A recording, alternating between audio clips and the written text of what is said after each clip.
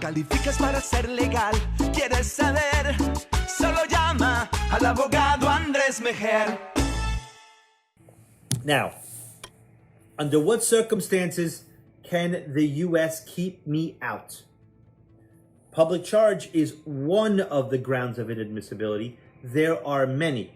Now, everyone who applies to enter the U.S., no matter how long the person plans to be here or whether the person already has a green card, is checked to see whether he or she is inadmissible. The word admissibility sounds like it applies only to someone who's outside the U.S. and applying to get in for an immigration purpose. But it also applies to people who are in the U.S. but want to change their status. Now, when can the U.S. keep us out? If I'm in the U.S. and I'm applying to change my status, I'm being viewed if I'm admissible. Whether it's a green card, a student visa, an employment visa, temporary H-1B or H-2B visa, whatever it is, those are all considered admissions. Now, the law treats them like they're outside the U.S., asking to be let in, even though they're already here. What happens if you're found inadmissible to the U.S.? Well, depending on where you are, immigration could either block your entry, or they could stop your green card process and put you in removal proceedings, or they could just deny your visa. If you're at the border, you could be sent home, or you could be put in removal proceedings to be deported from the U.S.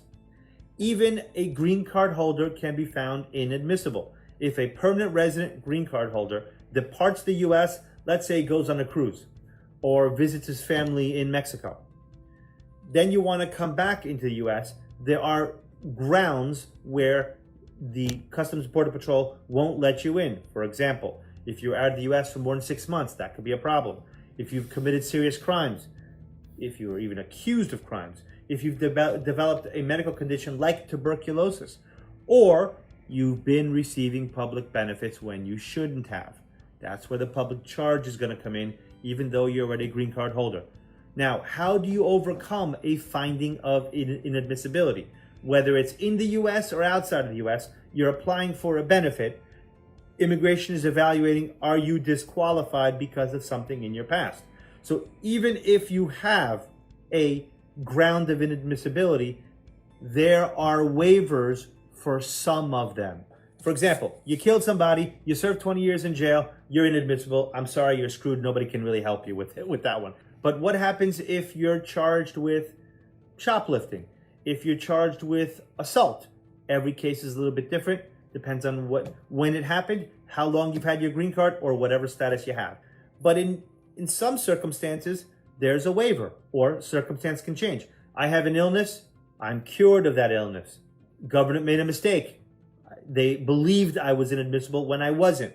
If those situations don't work out, then you have to look for a waiver.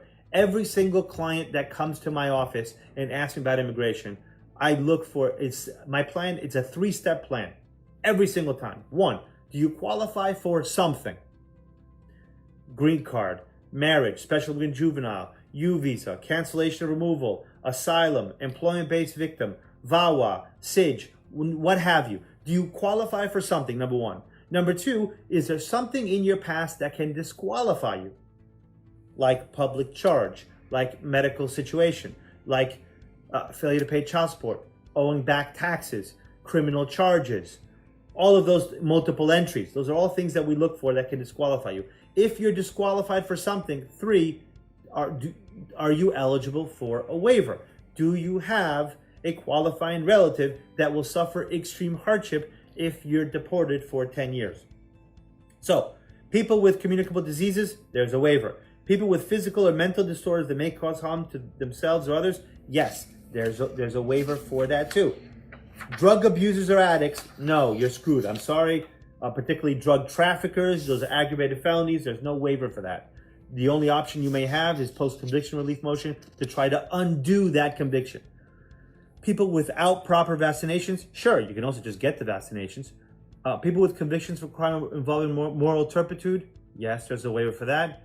If you violate immigration laws, for example, let's say I came into the United States, let's say I'm from Peru, I entered the United States on an Argentinian passport with somebody else's name. I entered legally, I was admitted and inspected by an immigration officer, but I was admitted under false pretenses. I would need, that's fraud, that's a misrepresentation, and I would need a waiver for that unless it happened as I was a child and I had no idea. If I was 5 years old, my parents presented my documents, I have no idea, I didn't intentionally do anything.